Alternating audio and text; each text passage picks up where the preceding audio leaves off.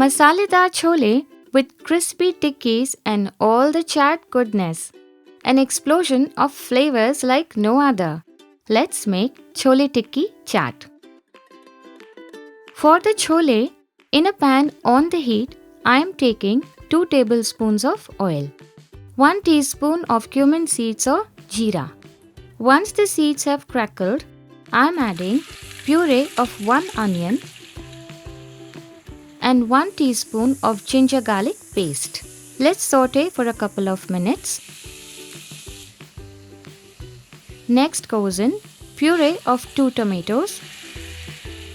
Let's saute this for another 2 minutes, after which we will add the spices. I am adding 1 teaspoon of turmeric powder, 2 teaspoons of coriander powder, 2 teaspoons of chole masala,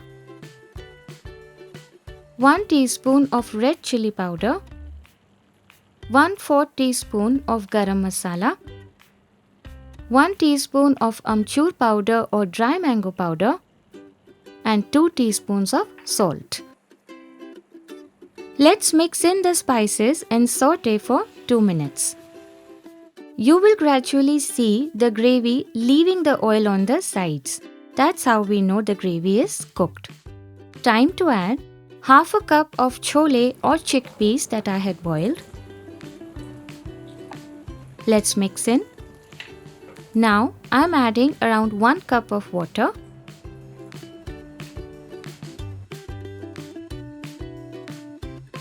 It's time to close the lid and we will let the chole cook in the gravy for 5 minutes. Let's check now. Chole is ready. Lastly, I'm adding a few coriander leaves and it's time we make hot and crispy tikkis. I have here 5 potatoes boiled and mashed.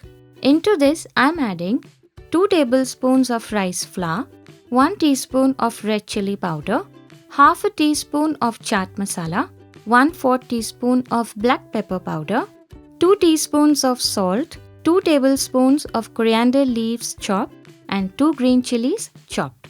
Let's bring everything together. The tikki mixture is ready. Time to shape them. To help shape the tikkis easily, I am greasing my palms with a bit of oil and then shaping the tikkis. This will keep away the mixture from sticking to my palms. The quantities I have mentioned would make around 6 to 7 tikkis of medium size. Time to pan fry the tikkis now. I have a pan on heat. I am adding to it 4 tablespoons of oil. Once the oil is heated, I am adding the tikkis to fry. We have to let the tikkis fry on medium heat until the sides turn golden brown.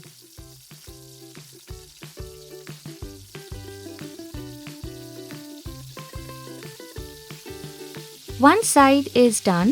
Time to flip for the other side to fry as well. I'm sure you can imagine how wonderful my kitchen is smelling right now.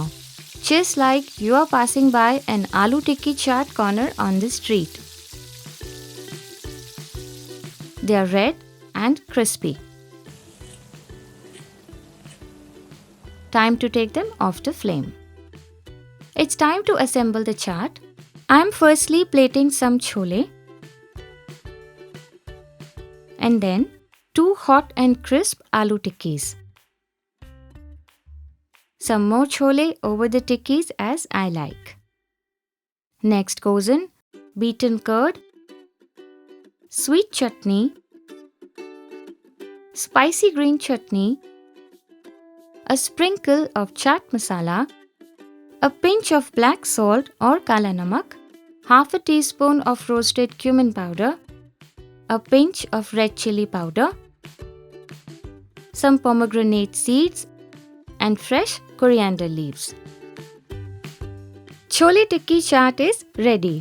This time, I really can't stop myself from digging in. I know even you are drooling. So what are you waiting for? Until we meet again, eat well, live well and stay blessed.